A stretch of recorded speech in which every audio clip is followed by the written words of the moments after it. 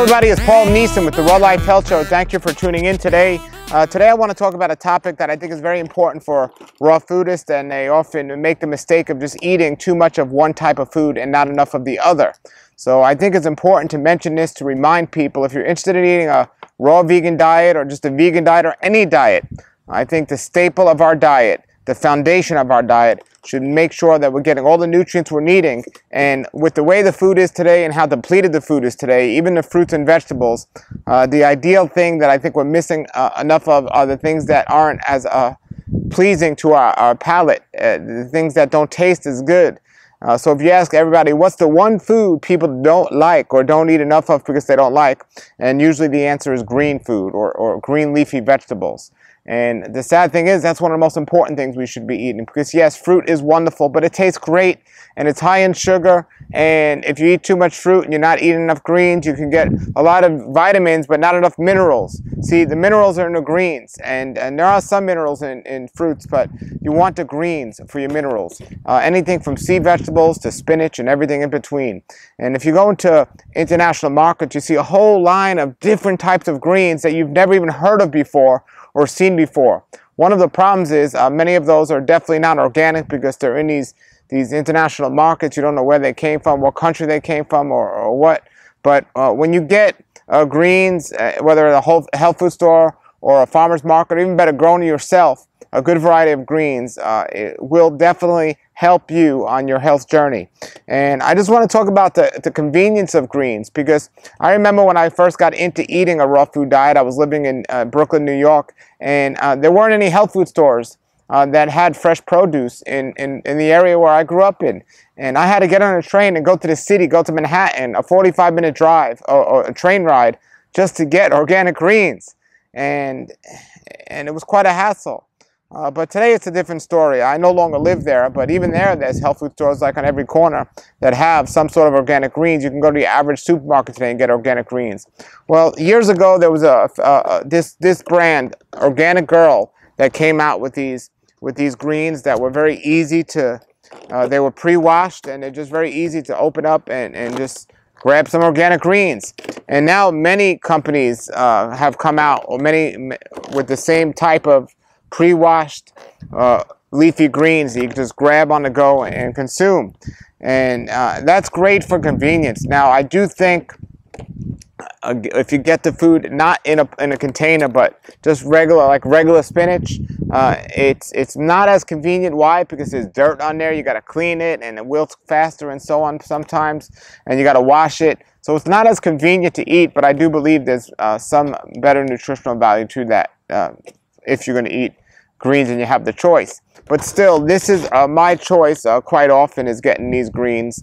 And I guess they're becoming more popular and also becoming more money. And more people are buying these. And it's for a very good reason, because they're so important and good in our diet. But this I got at Whole Foods, and they also, I call it Whole Paycheck, but they also sell it at the local supermarket near me, or any of the greens in a tub like this, or more of this size, which is 5 ounces. So for 5 ounces, I think it's like $3.99. So I just want to give everybody a heads up as well.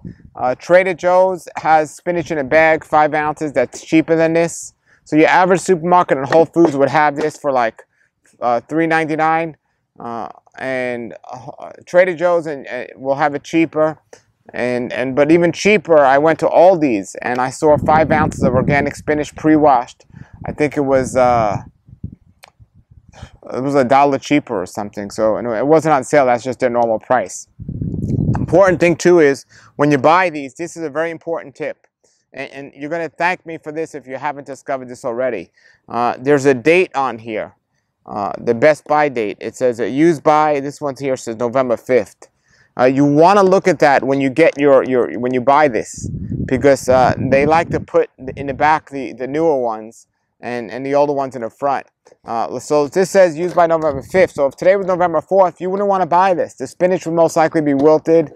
It's not as nutritious and so on. But if this said used by November 15th, then you know you got something that's somewhat fresh. So I like that idea of having a date on there.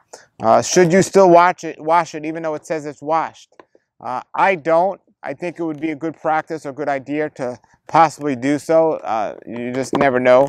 But there does come a sticker on here, so it's hard to say they're just repacking other spinach on here. But the greens are just essential, and I make sure I do my best to get some greens every day and a good variety of greens. As you see here, this one's the kale and this one's the spinach. These are probably my two favorite varieties, this kale and spinach.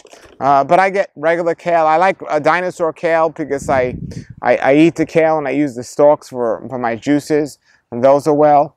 Learning about wild edibles, wild foods. You could just go anywhere in nature and there's leafy greens everywhere. And you know, if you can identify them, there's a lot of organic wild foods out there that are healthier than any food you could buy in the store. So learn about those. I have a katuk, which is a perennial green that grows. Tastes almost like peanut butter. I have moringa. I have not only do I on my website sell the powder, but I also have a tree at my house. So I'm able to get that. And it's important. So I want to make sure you're getting your greens. Now, if you don't like the way the greens taste, blend it up in a smoothie if you have to.